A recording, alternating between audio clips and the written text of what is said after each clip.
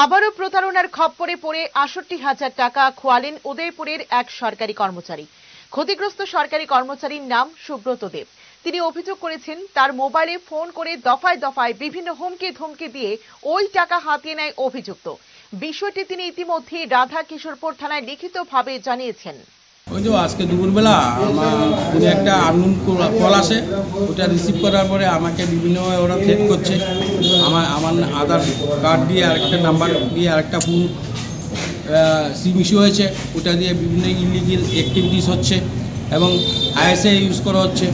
ওরা তারপরে বললো আমি যদি ওদেরকে টাকা না দিই তাহলে আমার ফ্যামিলির লোককে মারবে, আমাকে ক্ষতিকর প্রাণী না ওরা মেরে ফেলবে, এসব বলে ভয়ভীতি দেখিয়ে আমার কাছ থেকে টাকা নিয়ে গেছে। কত হাজার টাকা নিল?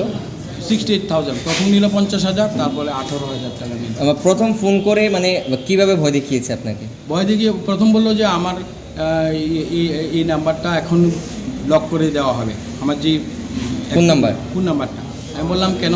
তখন বললো আমার আরেকটা সিম আছে যেটা থেকে মুম্বাইয়ে আন্ধেরি পুলিশ স্টেশনে আমার বিরুদ্ধে একটা এফআইআর হয়েছে যে আমি ওই ফোন থেকে বিভিন্ন নাশকতামূলক কার্যকলাপ করা হচ্ছে, এটা বলে শুরু করে দিল। তারপরে ইডি, তারপরে সিবিআই, এসব বিভিন্ন ওর পেপার্স দিলে 1 by 1 আমার বিরুদ্ধে বিভিন্ন পেপার্স দেখালো, আমাকে সাবমিট করছে হোয়াটসঅ্যাপের মাধ্যমে, ভিডিও কলের মাধ্যমে।